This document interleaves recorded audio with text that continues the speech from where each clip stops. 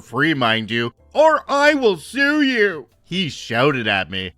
I tried to the very best of my ability to nicely explain to him that we didn't want to scam him. In the middle of my explanation, he cuts me off with, "If you won't change it, then be prepared to hear from my lawyer." And then he storms out at the pace of a continental drift. Cue next month when he returns. He does his whole ritual again, slowly walking up, dead silent, opening his briefcase, looking for his phone and paper note, and then begins screaming, "I got the battery error message again at random date as well as last week. Change the battery or else." I try to make him understand that the error message was probably due to his phone's old age. I asked, maybe the phone's OS didn't recognize the change of battery and is giving this faulty message. Did the battery life change for you? How long does it last? He replied, "So you won't change it? Fine, then wait to hear from my lawyer." And he drifts away again. God almighty, please give me strength. After 3 months, he returns, same ritual, he claims we scammed him. I try to be reasonable, although much less nicer than I was at the beginning. Same result, he will sue us. And at this point, I hope he does. I'd much rather deal with lawyers than being screamed in the face for the umpteenth time, while trying to convince him otherwise, because that is exhausting. He came back a few more times, saying that he reported us to the authorities, and despite that, demanded that we change his battery for free again.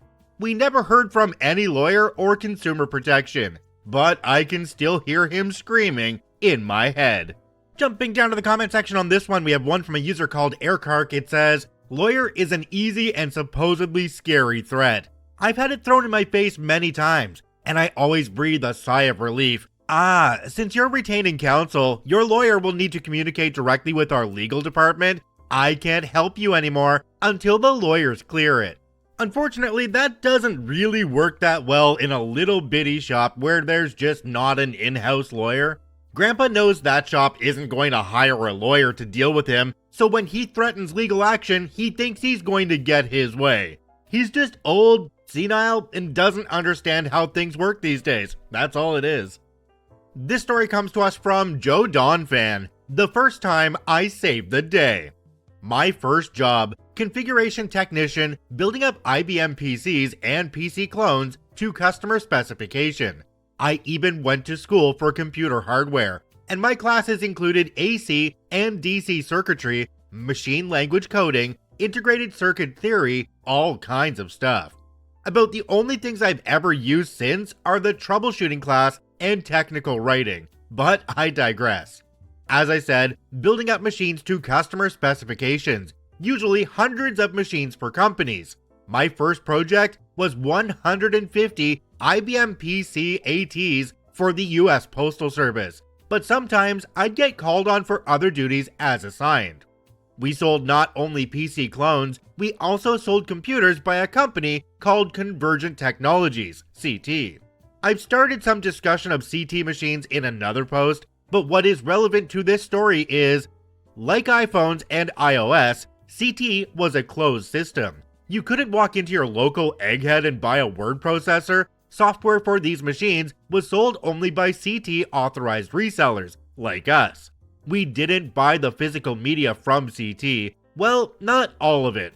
We had a license to copy and sell the software, and we did it with The Robot. I've looked for photos of The Robot on the internet, but I've yet to find a photo of a model similar to the one we had.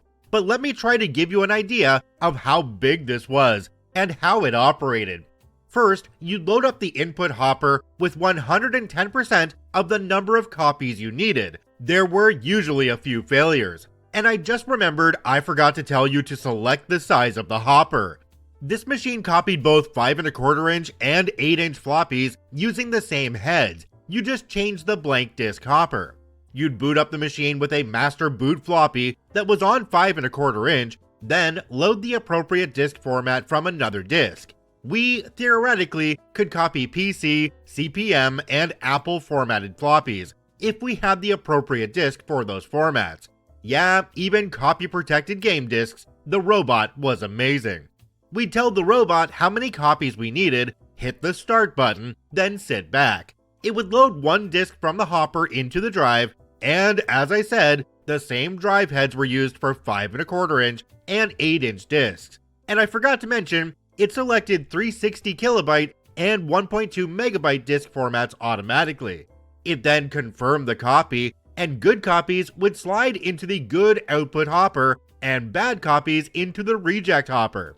We had a couple of customers that ran large CT systems, and yes, we would sell 50 or 100 copies of the CT word processor or spreadsheet or whatever to them every couple of months. One day, the robot stopped working, wouldn't power on. It was deader than a parrot. Of course, it broke when we had a large rush software order for the office of the Commandant of the Coast Guard, who was a very important client. I wouldn't say there was panic, but there was a large amount of serious concern from a lot of people. We had no service contract for the robot because it was bulletproof, until, of course, it wasn't. A humongous PO had been cut, but not yet submitted, to have a tech flown out from Texas. We were in Maryland for the next day's service. My boss's boss was pooping in his pants because his budget had suddenly been shot to hell and back. But remember, I took a troubleshooting class, and I asked if he minded if I took a look at it. Silly me, of course he didn't mind. He had nothing to lose. I went to the robot and did the basic checks. Power cord was tight. I tested the plug with the only other 220 volt item in the shop, our electric forklift, and that was a heck of an exercise to get it near to that plug. Then I saw the fuse access, opened it up, and yep, blown fuse. One quick trip to Radio Shack later, and the robot was up and running, and the service call canceled. That was my first attaboy in my file, and it meant exactly squat because the company went belly up 5 or so years later. Okay, so now I'm wondering how many people listening to this right now have never seen a 5¼ inch floppy, let alone an 8-inch floppy. I mean, I only saw 1 or 2 8-inch floppies when I was a kid in the 80s. Always remember, floppy disks are like Jesus. They died to become the icon of saving. This story comes to us from DurianBoy082, billing agent turned tech support for one call. So I'm a billing agent with one of America's ISPs. Anything you need help with clarifying about your bill, I can handle it. Now I'm the household IT too. I have an IT degree and am pretty handy myself too. I have a TP-Link ecosystem in the house I live in and have quite a good grasp on configuration of access points and mesh systems. This customer call lands on my queue, and our tools show a clear indication that he's been calling at least once a day for the last 2 weeks to have his issue sorted out. He upgraded his ISP provided modem to a new one that could sustain faster speeds, since he upgraded his internet to the fastest one the company I work for can offer in his area. His setup is that he has the Wi-Fi router from the ISP and has a TP-Link extender just in his bedroom where he works. His reason for calling in was his TP-Link extender hasn't connected to his new router, even though he was told it would be the same, as if he didn't swap modems. Then my brain definitely knew what to do at that point. He's told me that our own tech support transferred him to TP-Link's own tech support, but they didn't end up solving his problem. The IT help desk of the company that he works for has told him to reach out to us again. Let's just say that after deciphering the issue and just going a bit of back and forth with him, the issue was, even though he's under the impression that he has a new Wi-Fi router that's meant to be configured to be just the same, that just wasn't the case for his TP-Link extender, because it didn't recognize the new modem as the same modem, if that made sense. He acknowledges the possibility, but now hates how he was misled by the first set of people that assisted him. I definitely told the customer, I want this to be the last call you'll have with us for a while. And his reply, with a mix of sarcasm and a threatening tone, I sure hope so. The last time he's configured the extender was almost 5 years ago, and I asked him if at any point he was advised to download the Tether app of TP-Link and reset and reconfigure the Rage extender to connect to his new Wi-Fi router. He said no,